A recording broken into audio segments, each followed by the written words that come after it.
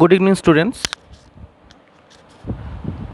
Class 8-এর ভৌতবিজ্ঞান ক্লাসে আজকে তোমাদের পদার্থের গঠন অধ্যায়ে যে অণুপরমাণু ধারণা সম্পর্কে যে টপিকটি তোমাদের পড়াচ্ছিলাম আমি, সেটি কালকে থিওরিটিক্যালি শেষ হয়ে গেছে এবং আজকে আমি বলেছিলাম তোমাদের কিছু প্রশ্ন আলোচনা করব, কারণ এখান থেকে অনেক কিছুই প্রয়োগমূলক প্রশ্ন আসে। সেক্ষেত্রে দেখো, নৈর্ব্যক্তিক কিছু প্রশ্ন উত্তর, আমি উত্তরগুলো জাস্ট লিখব, প্রশ্নগুলো আমি নিজে মুখে বলছি আর উত্তরগুলো খাতায় লিখব। তাহলে 1 নম্বর প্রশ্নের উত্তর আমি খাতায় লিখব। প্রশ্নটা হচ্ছে, পরমাণু অবিভাজ্য এই বৈজ্ঞানিক ধারণা প্রকাশ করেন কোন বিজ্ঞানী? অ্যান্সার হবে জন ডাল্টন। ওকে, তাহলে নেক্সট যে প্রশ্নটা আসছি আমি, সেটা হচ্ছে একটি ইলেকট্রনের ভর কত হয়? 9.11 ইন্টু 10⁻⁻28 গ্রাম।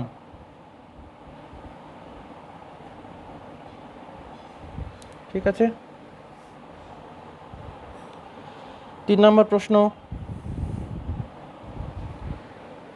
পরমাণু নিউক্লিয়াসে কোন কোন কণিকা থাকে? প্রোটন, পি, নিউট্রন, এন একত্রে থাকে। 4 নম্বর প্রশ্ন,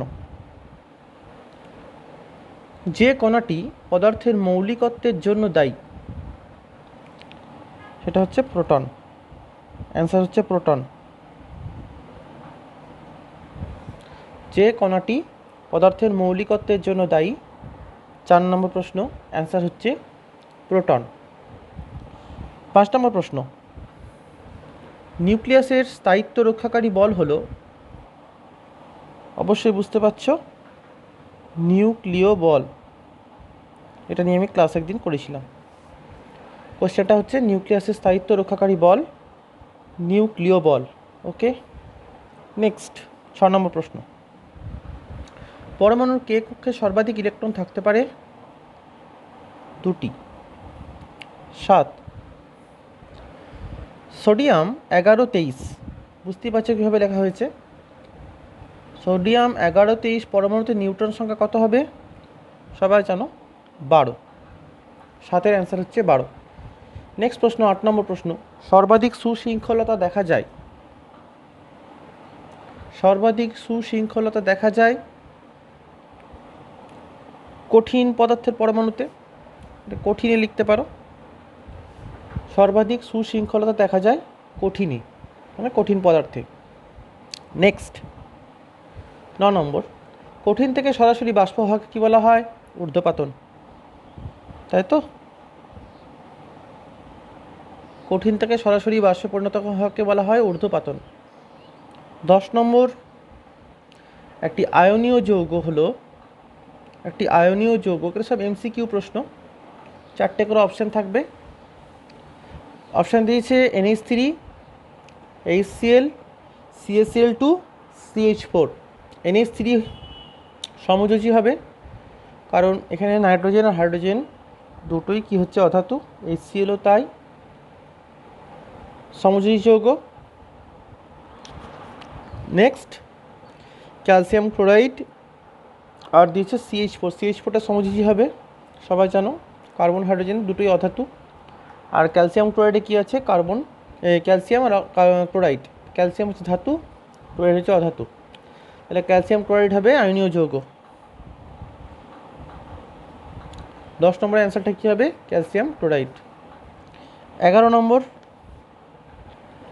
কোয়েশ্চেন, তড়িৎযোজী যৌগের গলনাঙ্ক হয় মাঝারি, উচ্চ, কম, অনির্দিষ্ট। অ্যান্সার হবে উচ্চ। 12 নম্বর, একটি কেলাস হলো সাবান, তুতে, চক, কাঠকয়লা। তুতের সংকেত হচ্ছে CuSO4.5:O। মনে থাকবে। তুতের সংকেত হচ্ছে CuSO4.5H2, কপার সালফেটের সঙ্গে 5 ইউনিট জল যুক্ত থাকে। এগুলোকে বলা হয় জুত যৌগ, উঞ্জয়সু ত, জুত যৌগ বা যৌগ, যুক্ত হওয়ার, সরাসরি যুক্ত হয়ে তৈরি হচ্ছে। তুতে আমরা ইউজ করি উজালা, সেই হোয়াইট কাপড়ে দেওয়ার জন্য, পরিষ্কার করার জন্য, ঠিক একই জিনিস থাকে, এটাকে তুতে বলি আমরা। ঠিক একই রকমই যদি বলা হয় যে মিউরিক অ্যাসিড কাকে বলা হয়, কোন পদার্থকে? HCl। নেক্সট 14 নম্বর প্রশ্ন, গ্রিন ভিট্রিয়লের সংকেত লেখো। গ্রিন ভিট্রিয়ল, এটা হচ্ছে ব্লু ভিট্রিয়ল। ভিট্রিয়ল মানে হচ্ছে জলযুক্ত শোধক ক্লেলাস। ব্লু ভিট্রিয়ল, গ্রিন ভিট্রিয়ল, সংকেত কী হবে? FeSO4.7H2। নেক্সট দিচ্ছে হোয়াইট ভিট্রিয়লের সংকেত, সাদা ভিট্রিয়লের সংকেত। সাদা ভিট্রিয়ল কী সংকেত হবে? ZnSO4.10H2 মনে থাকবে। নেক্সট প্রশ্ন 16 নম্বর প্রশ্ন তোমাদের, জলে দ্রাব্য আয়নীয় যৌগ সাধারণত তড়িতের সুপরিবাহী, কুপরিবাহী, অর্ধপরিবাহী হয়। সবাই বুঝতে পারছো? জলে দ্রাব্য আয়নীয় যৌগ সাধারণত তড়িতের সুপরিবাহী হবে। ওকে। 17 নম্বর প্রশ্ন দেওয়া হয়েছে যে একটি চতুর্যোজী মৌল হলো নিচের কোনটি? টিন দিয়েছে, Sn, সংকেত হচ্ছে Sn। 2 নম্বর দিয়েছে কপার। ওকে। নেক্সট দিয়েছে ফসফরাস। নেক্সট দিয়েছে হাইড্রোজেন। চতুর্যোজী মৌল মানে 4 যোজ্যতা যার। এর মধ্যে Sn এর যোজ্যতা কী হবে? আসে 2, ইকে 4 হয়। ওকে। কপারের 1, 2। ওকে। আর একটা হয় হাইড্রোজেন। ওকে। তাহলে 4 যোজ্যতা দেখাবে, Sn দেখায় অনেক সময় চতুর্যোজী মৌল। ওকে। তাহলে এক্ষেত্রে কী হবে? Snটা হবে। টিন আসে 2 দেখায়, ইকে 4 দেখায়, পরিবর্তনশীল যোজ্যতা Sn+4। ওকে। নেক্সট শূন্যযোজী মৌল হলো নিচের কোনটি? শূন্যযোজী মৌল হলো নিচের কোনটি? হাইড্রোজেন, হিলিয়াম, অক্সিজেন আর কার্বন। হাইড্রোজেন, হিলিয়াম, অক্সিজেন আর কার্বন। শূন্যযোজী কী হবে? সবাই বুঝতে পারছো? শূন্যযোজ্যতা কার হয়? নিষ্ক্রিয় গ্যাসগুলির হয়। সেটা কি করে হবে? তাহলে কোনটা হবে? হিলিয়াম। কারণ নিষ্ক্রিয় গ্যাসগুলির সর্ববহিস্থ কক্ষে সবসময় যতগুলো ইলেকট্রন থাকা দরকার ঠিক পূর্ণ সংখ্যক ইলেকট্রন থাকে বলে তাদের মধ্যে কি হয়? নিষ্ক্রিয়তা দেখা যায়। হ্যাঁ, এরা কারোর সাথে বিক্রিয়া করে না, রাসায়নিকভাবে কারোর সাথে বিক্রিয়ায় অংশগ্রহণ করতে পারে না, এক্সেপশনাল কন্ডিশনে কিছু ছাড়া। ওকে। তো হিলিয়াম হবে অ্যান্সারটা। কোশ্চেনটা ছিল শূন্যযোজী মৌল নিচের কোনটি? অপশান দিয়েছিল hydrogen, helium, oxygen, carbon. Answer হবে হিলিয়াম।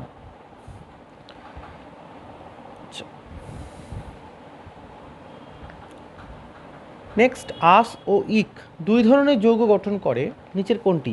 আঁশ ও ইক দিয়েছে, অ্যালুমিনিয়াম দিয়েছে, সোডিয়াম দিয়েছে, Fe দিয়েছে, Zn দিয়েছে। অ্যালুমিনিয়াম করে না, অ্যালুমিনিয়াম যোজ্যতা +3 তোমরা সবাই জানো, Na+1 সবাই জানো। Fe এটা করে, Fe হচ্ছে +2 আয়রন, আর আসে হচ্ছে 2, ইকে 3। তাহলে আয়রন দেখাবে, আসে 2, ইকে 3, আস, ইকে 3 যোজ্যতা। এগুলো হচ্ছে যোজ্যতার চিহ্ন, +2 +3। তাহলে আঁশ ও ইক 2 ধরনের যোজ্যতা কে গঠন করছে? যে চারটে অপশন ছিল Fe। ক্যাটায়ন হলো ধনাত্মক আয়ন, ঋণাত্মক আয়ন, নিস্তড়িত। সবাই জানো ক্যাটায়ন ধনাত্মক আয়ন।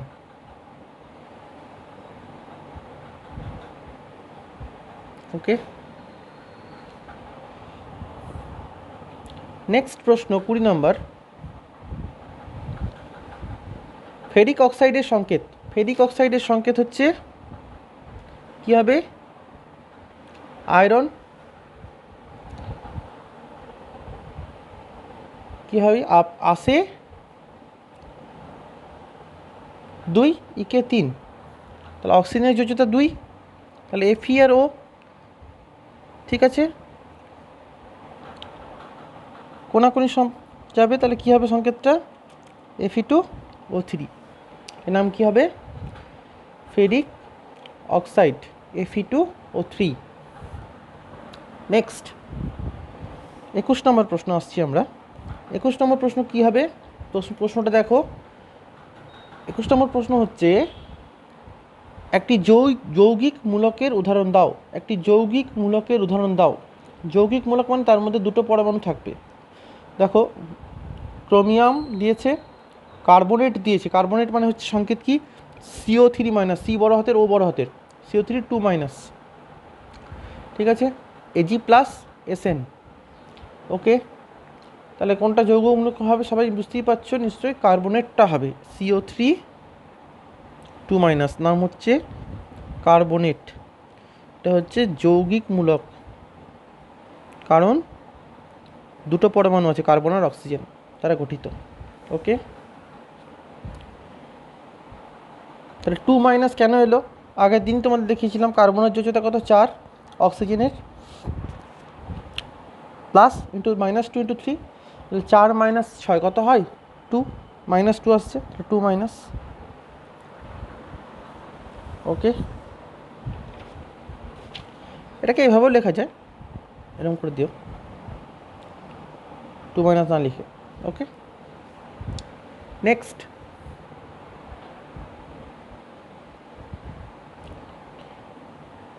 এভাবেই লিখলাম, তোমাদের বুঝতে অসুবিধা হবে। ওইভাবেও লিখতে পারো তোমরা, কিন্তু সেক্ষেত্রে থার্ড ব্র্যাকেট দিতে হবে। নেক্সট দেখো, আয়নীয় যৌগ তৈরি হয় অণু, পরমাণু, আয়ন, মূলক দিয়ে।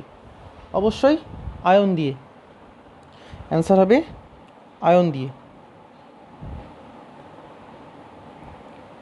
ওকে,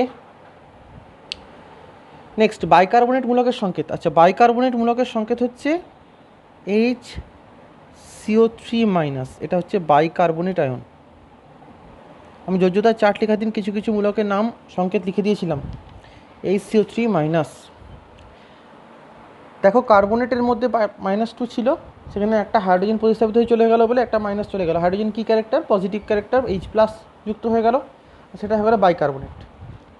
ওকে, ঠিক একই রকমভাবে দুটো হাইড্রোজেন যুক্ত হয়ে যায়, তখন একটা যৌগ হয়ে যাবে, তখন আরেকটা মাইনাস যেটা আছে সেটা সরে যাবে, এবং তার নাম কী হবে? Carbonic acid, H2CO3। মনে থাকবে, সংকেতটা হবে H2CO3। আর একটা যদি হাইড্রোজেন দ্বারা প্রতিস্থাপিত হয়ে যায়, তাহলে একটা যৌগ গঠন হয়ে যাবে, নাম হবে কি? Carbonic acid, H2CO3। ঠিক আছে, এটা তাহলে একটা মূলক, এটা হাইড্রোজেন প্লাসের সঙ্গে আবার একটা যুক্ত হতে পারবে এবং H2CO3 গঠন করতে পারবে। তাহলে এই H2CO3 ভেঙে গিয়ে কী করে? H+ আর HCO3 মাইনাস গঠন করে। এটা হচ্ছে আংশিক বিয়োজন, আংশিক বিয়োজন। ওকে, কারণ প্রথমে কি হয়? H+ হবে, তারপরে HCO3 মাইনাস হচ্ছে, এই আংশিক বিয়োজন হয় বলে H2CO3 হচ্ছে কি? মৃদু অ্যাসিড। মনে থাকবে। আর ওদিকে যদি H2SO4 যদি আমরা লঘু বিয়োজন করি, লঘু H2SO4 যদি বলি, তাহলে বিয়োজনটা কীরকম হবে? H+ plus HSO4 minus. ঠিক একই রকমভাবে বাইসালফেটের সংকেত হবে HSO4 মাইনাস, বাইসালফেট মূলকের সংকেত। যদি আমরা কনসেন্ট্রেটেড H2SO4 নিই, তার বিয়োজনটা কীরকম হবে? 2H+ plus SO4 2 minus. ঠিক আছে, কনসেন্ট্রেটেড H2SO4 এর সম্পূর্ণ বিয়োজন হবে। ওকে,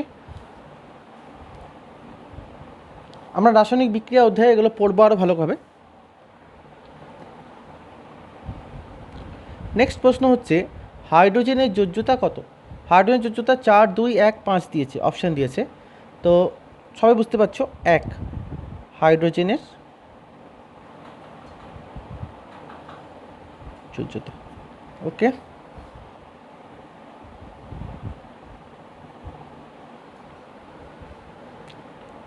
চব্বিশ নম্বর প্রশ্ন দেখো, একটি গ্যাসীয় যৌগিক পদার্থ কোনটি? নিচের H2O, Cl2, CO2, H2। H2O তরল, Cl2 গ্যাস, কিন্তু যৌগিক পদার্থ নয়, কারণ দুটোই একই অ্যাটম দ্বারা তৈরি।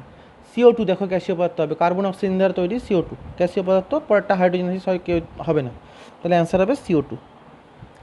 ইথিলিন অণু, ইথিলিনের সংকেত হচ্ছে C2H4, এটা হচ্ছে একটি জৈব যৌগ, ঠিক আছে। ইথিলিন অণুতে এক বন্ধন, দ্বিবন্ধন, ত্রিবন্ধন আর তড়িৎযোজী বন্ধন বর্তমান। তাহলে ইথিলিন অণুর সংকেতটা দেখো C++CH, এটা তোমরা ক্লাস 10এও পড়বে। তো এখানে কার্বন কার্বনের মধ্যে কী বন্ধন দরকার? দ্বিবন্ধন।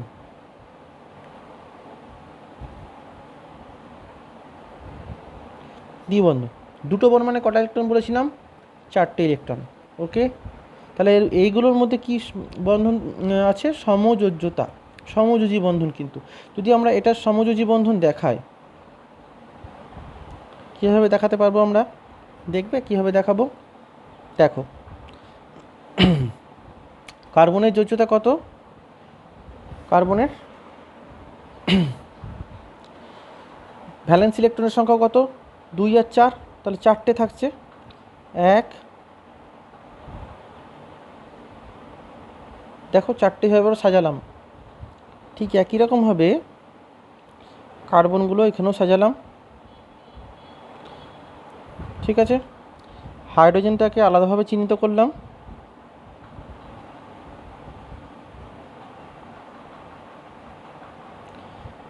দেখো সমযোজ্যতা, একে অপরের ইলেকট্রন জোড়া আদান প্রদান করছে।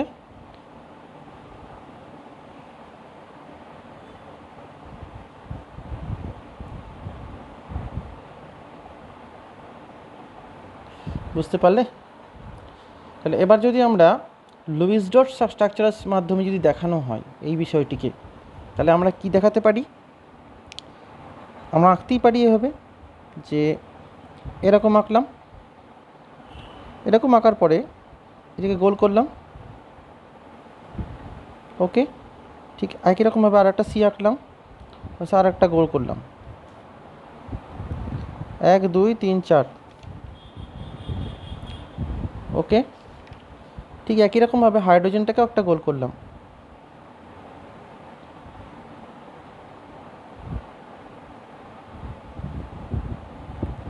এখানে দেখালাম এরকম, এই হাইড্রোজেনটাকে গোল করলাম, এখানে দেখালাম এরকম।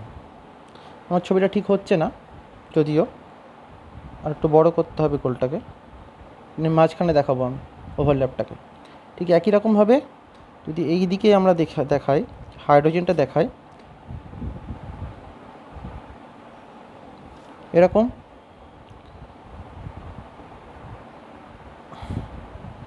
আমি ফ্রেশ করে একবার আঁকছি এখানে।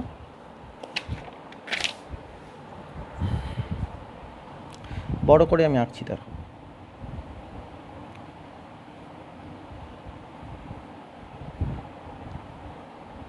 লুইস ডট স্ট্রাকচার ইথিলিন অণু, ঠিক আছে।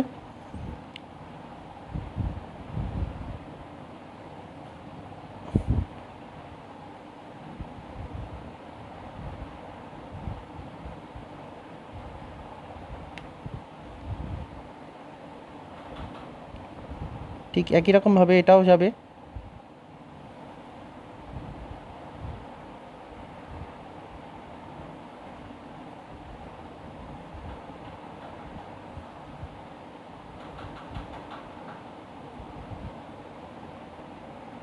এরকম।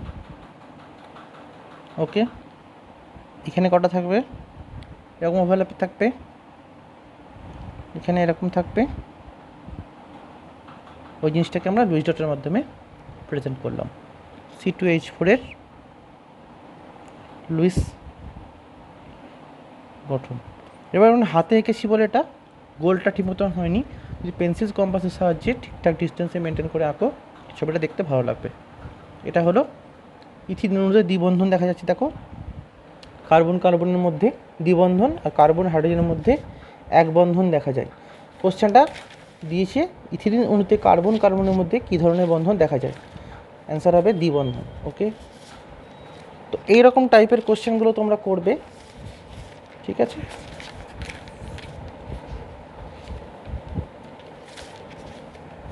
Next NCl3 nitrogen trichloride. Nitrogen trichloride NCl3-তে উপস্থিত বন্ধনের সংখ্যা কটা?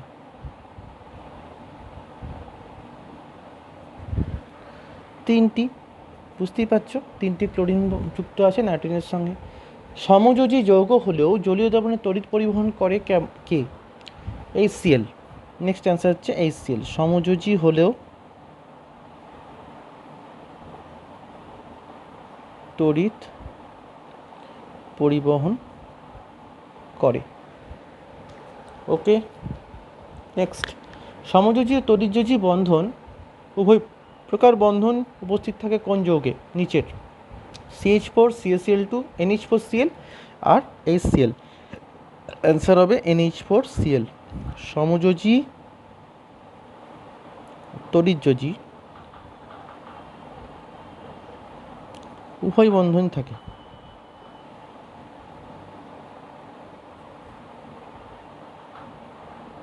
ওকে, কারণ এখানে অ্যামোনিয়ামটা হচ্ছে প্লাস ক্যারেক্টার লাভ করছে, অ্যামোনিয়াম মূলকের যোজ্যতা +1 আমরা জানি, ক্লোরিনটা হচ্ছে মাইনাস, এখানে তড়িৎযোজী বন্ধন থাকে। ওকে,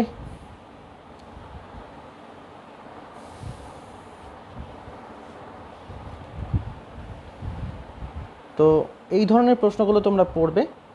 আরও প্রশ্ন উত্তর যদি তোমাদের কিছু আটকে থাকে তোমরা কোশ্চেন উত্তরের মাধ্যমে জানাও। পরের দিন আমি এই রাসায়নিক বিক্রিয়া অধ্যায়টি আমি শুরু করব, এবং সেখানে এই সমযোজী বন্ধন তড়িৎযোজী বন্ধনে কিছু কিছু প্রশ্ন আসে আরও, যে এইটা দেখাতে পারে যে সমযোজী বন্ধন তড়িৎযোজী বন্ধন উভয় বন্ধন বর্তমান, এই বিষয়টা আরও ব্যাখ্যা করবো ভালো করে কীভাবে থাকছে। ওই অধ্যায়েই আমি দেখাবো তোমাদের একদিন একটা ক্লাসে। তো এখন তোমরা বুঝতে পারবে না এটা, আমি বিক্রিয়াগুলো পড়িয়ে নিই, রাসায়নিক আয়ন এক্সচেঞ্জ মেথডটা শেখাবো তোমাদের, মানে আয়ন বিনিময় বিক্রিয়ার টাইপগুলো, তখন তোমরা এগুলো ভালো করে আরও বুঝতে পারবে। আজকে তোমাদের ক্লাস এ পর্যন্তই, তোমরা এই চ্যাপ্টারটা ভালো করে ফলো করো, আর কোনো কিছু যদি আটকে থাকে কমেন্ট বক্সে জানাও। ওকে।